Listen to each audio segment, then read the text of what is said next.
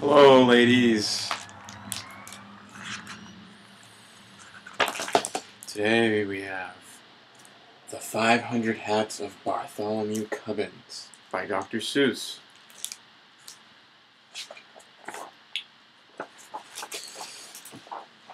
In the beginning, Bartholomew Cubbins didn't have 500 hats. He had only one hat.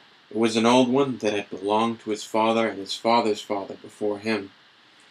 It was probably the oldest and the plainest hat in the whole kingdom of Deed, where Bartholomew Cubbins lived.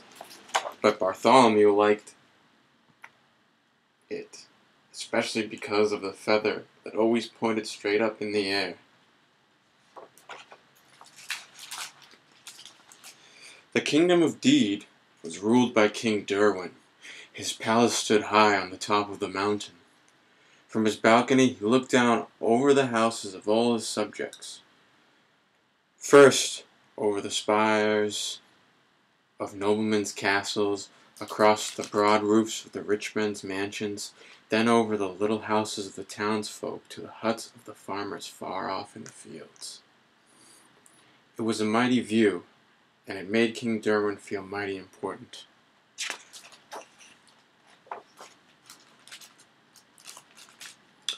Far off in the fields, on the edge of the cranberry bog, stood the hut of the Cubbins family.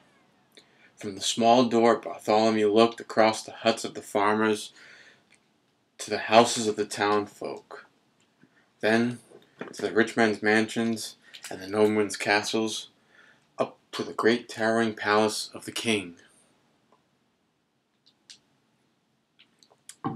It was exactly the same view that King Derwin saw from his balcony, but Bartholomew saw it backward. It was a mighty view, but it made Bartholomew Cubbins feel mighty small.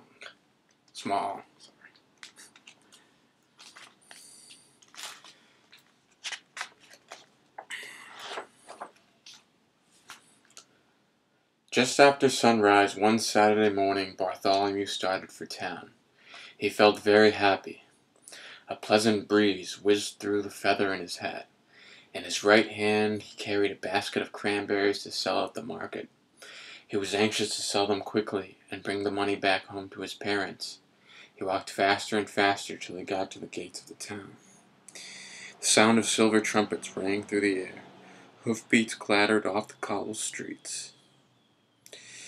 "Clear the way! Clear the way! Make way for the king!" All the people rushed for the sidewalks. They drove their carts right up over the curbstones. Bartholomew clutched his basket tighter. Around the corner dashed 50 trumpeters on yellow-robed horses.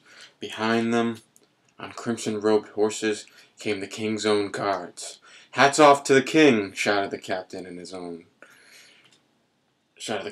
the king's own guards. On came the king's carriage, white and gold and purple. It numbed like thunder through the white street.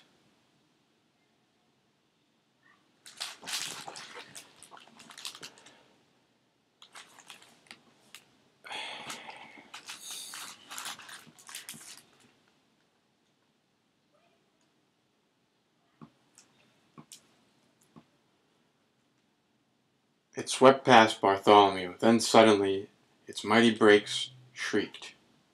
It lurched and then it stopped. The whole procession stood still. Bartholomew could hardly believe what he saw. Through the side of the window carriage the king himself was staring back, straight back at him. Bartholomew began to tremble. "Back up!" the king commanded the royal coachman. The royal coachman shouted to the royal horses. The king's own guards shouted to their crimson-robed horses. The trumpeters shouted to their yellow-robed horses. Very slowly the whole procession backed down the street until the king's carriage stopped right in the front of Bartholomew. The king leaned from his carriage window and fixed his eyes directly on Bartholomew Cubbins.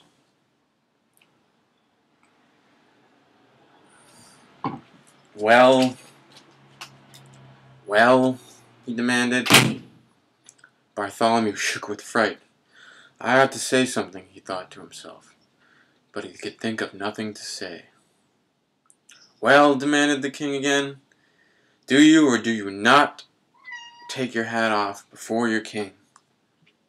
Yes, indeed, sire, answered Bartholomew, feeling greatly relieved. I do take my hat off before my king. Then take it off this very instant, commanded the king, more loudly than before. But, sire, my hat is off, answered Bartholomew. Such impudence, shouted the king, shaking an angry finger. How dare you stand there and tell me your hat is off? I don't like to say you are wrong, sire, said Bartholomew very politely.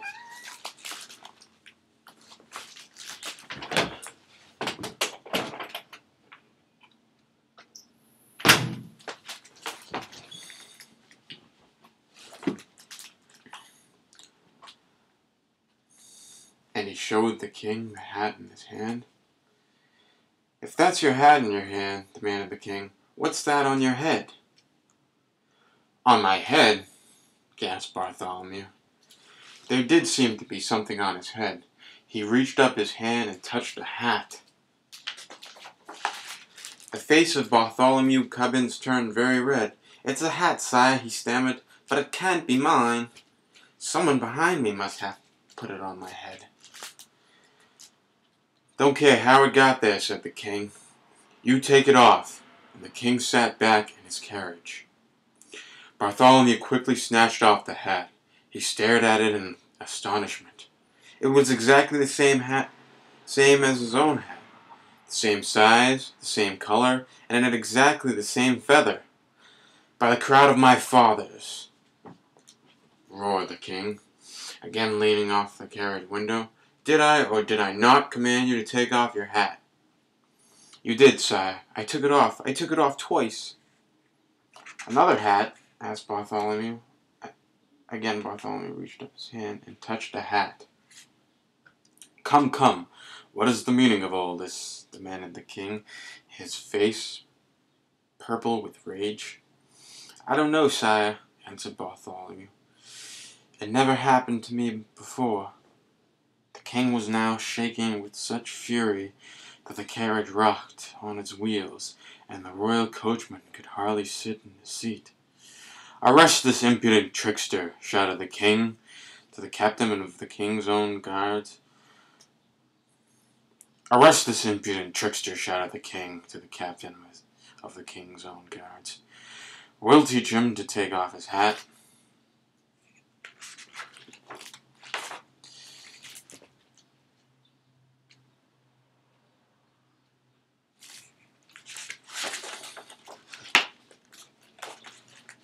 The royal coachman cracked his long whip.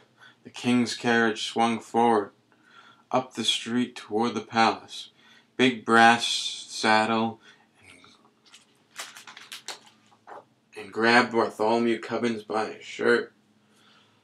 Away flew Bartholomew's basket. The cranberries bounced over the cobblestones and rolled down into the gutter. With a jangling of spurs and a clatter of horseshoes, Captain and Bartholomew sped up the winding street toward the palace. Out of the narrow streets, on up the hill. Bartholomew clung to the captain's broad back. On and on they galloped, past the bright gardens of the wealthy merchants, higher and higher up the mountain, on past the walls of the nobleman's castle. Flop!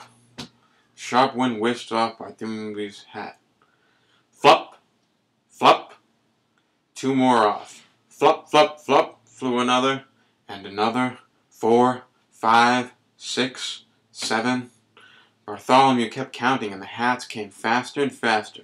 Lords and ladies stared from the windows of their turrets, wondering what the strange stream of hats could mean.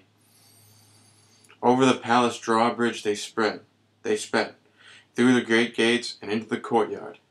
The captain pulled in his reins. His Majesty awaits the throne room, said a guard, saluting the captain. The throne room? The captain dropped Bartholomew to the ground. "I'd certainly hate to be in your shoes," he said, shaking his head sadly. For a moment Bartholomew was terribly frightened. Still he thought to himself, "The king can do anything he wants. The king can do it. Ain't nothing dreadful to punish me, because I really haven't done anything wrong. It should be cowardly to feel afraid." Bartholomew threw back his shoulders and marched straight ahead into the palace. "Follow the black carpet," said the guard at the door. All through the long hallway, Bartholomew could hear the muttering of voices behind heavy doors. "He won't take off his hat?" "No, he won't take off his hat." Bartholomew walked on till he stood in the very middle of the throne room. The king, in a long scarlet robe, was sitting on his throne. Beside him stood Sir Alaric, keeper of the king's records. He wore in his belt, instead of a sword, a long silver ruler. Lords and noblemen of the court stood solemnly and silent. The king looked down at Bartholomew severely. "Young man, I'll give you one more chance. Will you take off your hat for your king?" "Your Majesty," said Bartholomew as politely as possible. "I will, but I'm afraid it won't do any good." And he took off his hat. He took off hat after hat after hat after hat, until he was standing in the middle of a great pile of hats. The lords and noblemen were so astonished they couldn't even speak. Such a thing had never happened in the throne room before. "Heavens," said Sir Alaric, keeper of the records, blinking behind his triangle spectacles. "He's taken off 45. And there were 3 more down in the town," said the king. "And you must add on 87 more. That blew off my head as we galloped up the hill," said Bartholomew, trying to be helpful. 135 hats. Most unusual," said Sir Alaric, writing it down on a long scroll. "Come, come," said the king impatiently. "Sir Alaric, what do you make of all of this nonsense?" "Very serious nonsense, your Majesty," answered Sir Alaric. "I advise you to call in an expert on hats." "Excellent," agreed the king. "Hogard! Fetch in Sir Snippets, maker of hats for all the fine lords." Into the throne room marched the smallest man wearing the tallest hat that Bartholomew had ever seen. It was Sir Snips. Instead of a sword, he wore at his side a large pair of scissors. "Take a look at this boy's hat," commanded the king. Sir Snips looked at Bartholomew Cubben's hat and sniffed in disgust. Then he turned to the king and bowed stiffly. "Your Majesty, I, Sir Snippets, am the maker of hats for all the fine lords." Should we continue on?